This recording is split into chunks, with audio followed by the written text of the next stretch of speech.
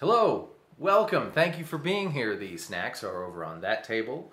You'll find the drinks over there, and if you need to do your ablutions, the bathroom is right down the hall. Today, we're here to talk about what is really cool musically about December by Collective Soul. This is a pretty special song to me. I'm pretty sure this is the first song I ever figured out by ear.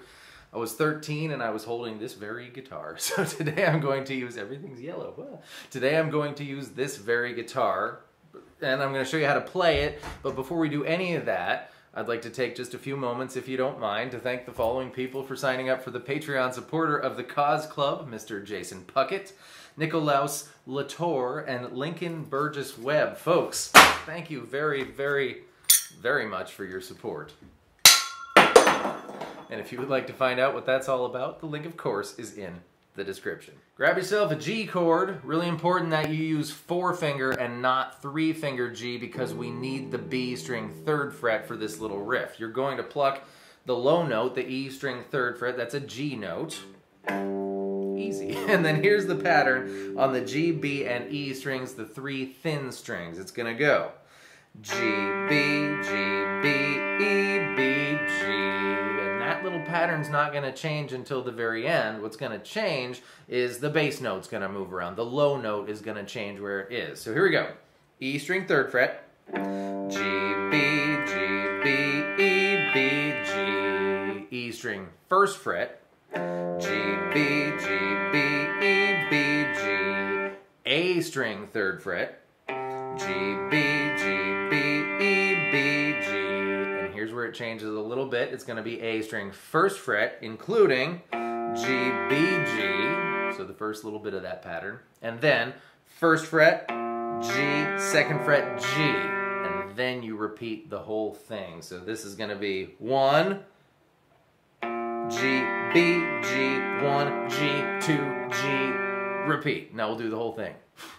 I don't know if you ever noticed, I don't think I did until today, but there is a slight trem on that riff. So I'm going to use one. Here we go. G, pattern, F, pattern, C, pattern, 1, 1, G, 2, G. Repeat, repeat, repeat. And here's a tip on that 1, 2. Don't use your middle finger, because then you're going to have to do more stuff to get back to your G chord. If you just drag your pointer finger along, then all you have to do is plop your middle finger down and you are good to go.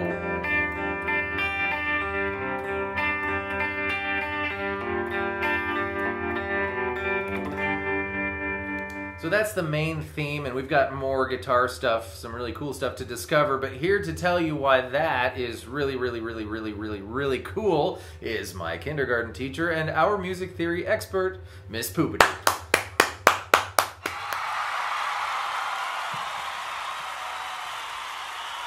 Hello, great to be back. Thank you for having me. Thank you for being here. When we are learning guitar, we start by learning strings and fret numbers, right? And that's all well and good, but that's flat memorization.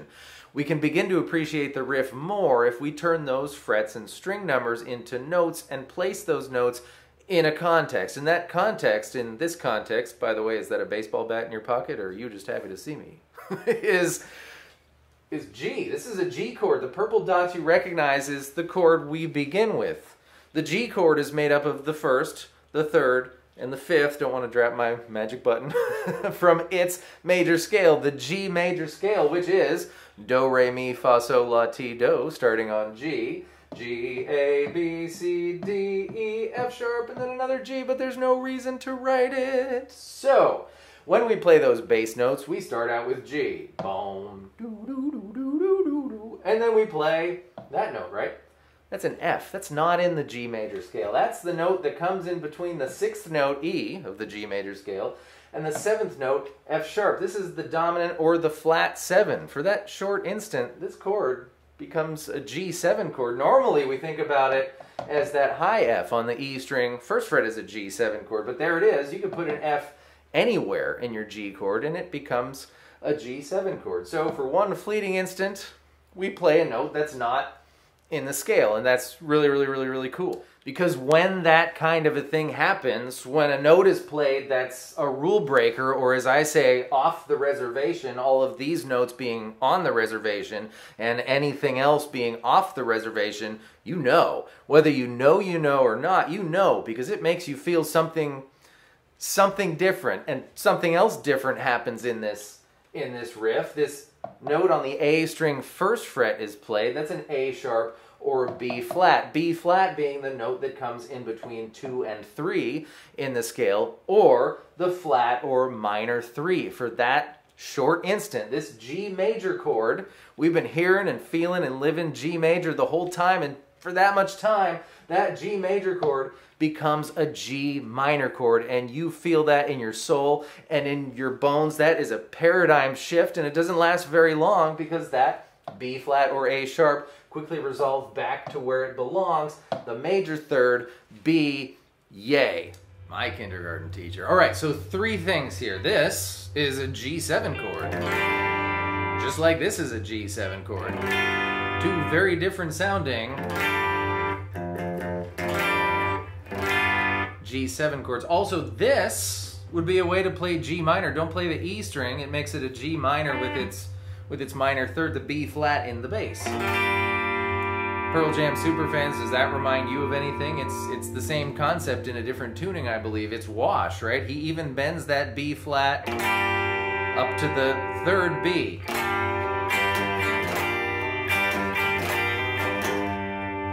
That's it. When it gets strummier, don't think of, I don't know the words to any songs. When it gets strummier, it's exactly what we were doing, but it's strummed out. So just a regular G chord. Down there, right? To see, baby, just spit me out. And so on and so forth.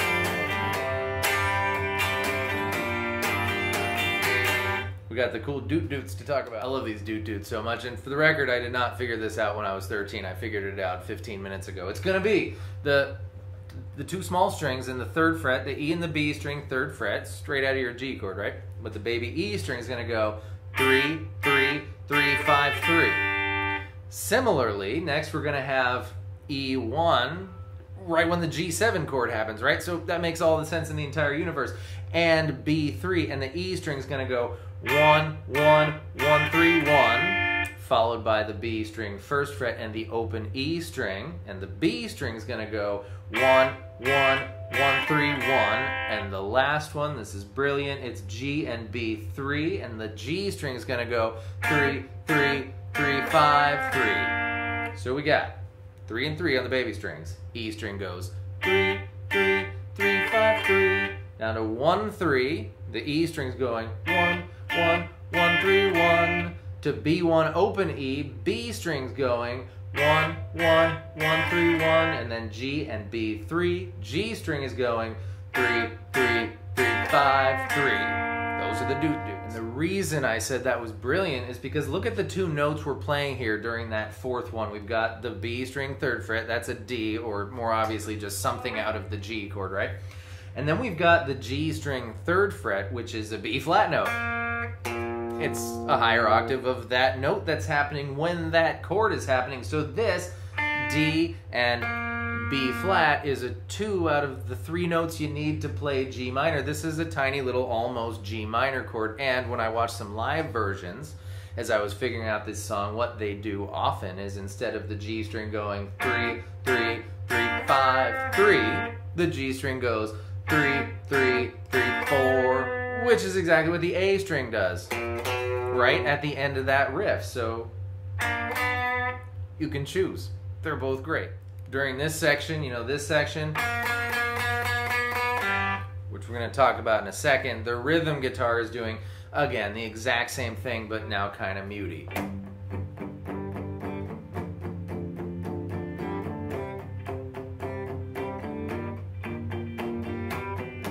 Over and over again, of course, and that bend note is the G string 3rd fret. I love the tension of the G string down here. You know, rather than here, you hear a difference in how tight the string is. It's tighter by the nut, but you grab the G string 3rd fret, that B flat note, and you bend it ever so gradually as you pluck frantically. so that it's like the 4th fret. You're turning this minor 3rd B flat into a major 3rd B before you let it release to G. I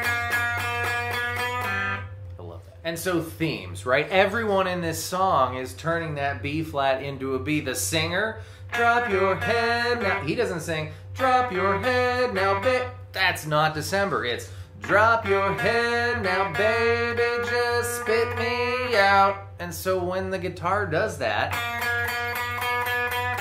he's alluding to the vocal melody. The vocal melody is playing with the... It's all about the minor 3rd to the major 3rd. That's the glue that makes December, December. I just make myself love this song more. Thank you so much for being here. I hope that was fun and helpful, and I will see you next time with more stuff. Goodbye.